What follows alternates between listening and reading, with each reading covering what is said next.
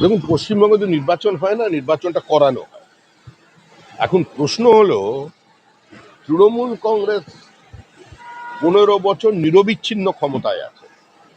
তাদের উন্নয়নের যে স্লোগান এগিয়ে বাংলা, তাদের যে বক্তব্য যে কৃষকের রোজগার 3 গুণ করেছে,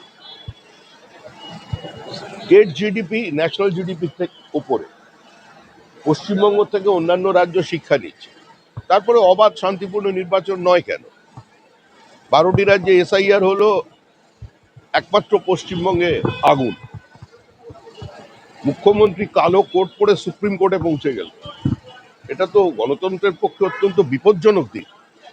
জুডিশিয়ারির ওপরে এভাবে রাজনৈতিক প্রেশারকে চাপিয়ে দেওয়ার একটা প্রচেষ্টা, এটা দেখছে মানুষ। স্বাভাবিকভাবেই এ রাজ্যের নির্বাচনটাকে রক্তপাতহীন, ভয়মুক্ত করবার জন্য নির্বাচন কমিশন প্রতিশ্রুতিবদ্ধ, তারা চেষ্টা করছে, বিষয়টা আমাদের নয়। আপনার দীর্ঘদিনের রাজনৈতিক জীবন, আপনি বাংলার বুকে এত বাহিনী এবং এত ইকুইপমেন্ট এর আগে দেখেছেন? না, দেখিনি। আমি বাংলার বুকে এটাও দেখিনি যে কোনো আদিবাসী মহিলা বিজেপিকে ভোট দেওয়ার অপরাধে মাথা কামিয়ে নাকপথ দিতে দিতে গ্রামে ঢুকতে হয়েছে। এটা দেখিনি যে বিজেপি নির্বাচনে প্রার্থী হবার পর তাকে বাধ্য করা হয়েছে 5 লক্ষ টাকা জরিমানা দিয়ে তার বাড়িতে ঢুকতে। এটা আমি দেখিনি।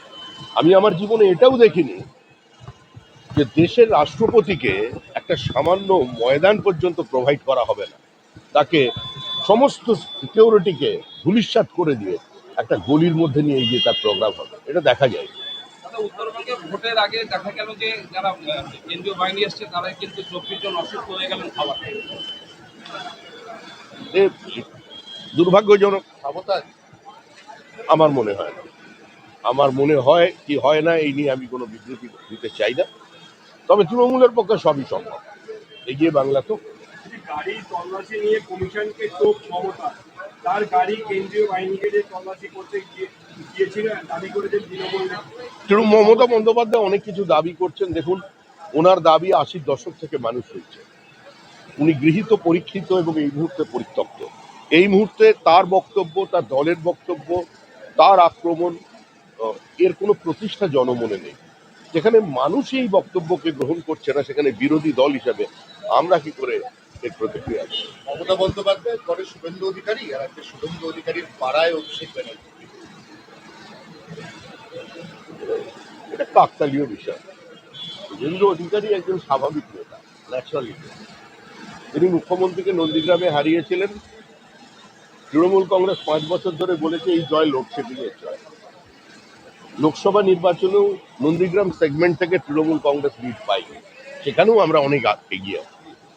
এবারে গতবারের থেকে 20 গুণ বেশি ভোটে জিতবে নন্দীগ্রাম, আর ভবানীপুর থেকে বিজেপি প্রার্থী শুভেন্দু অধিকারী নির্বাচিত হবেন।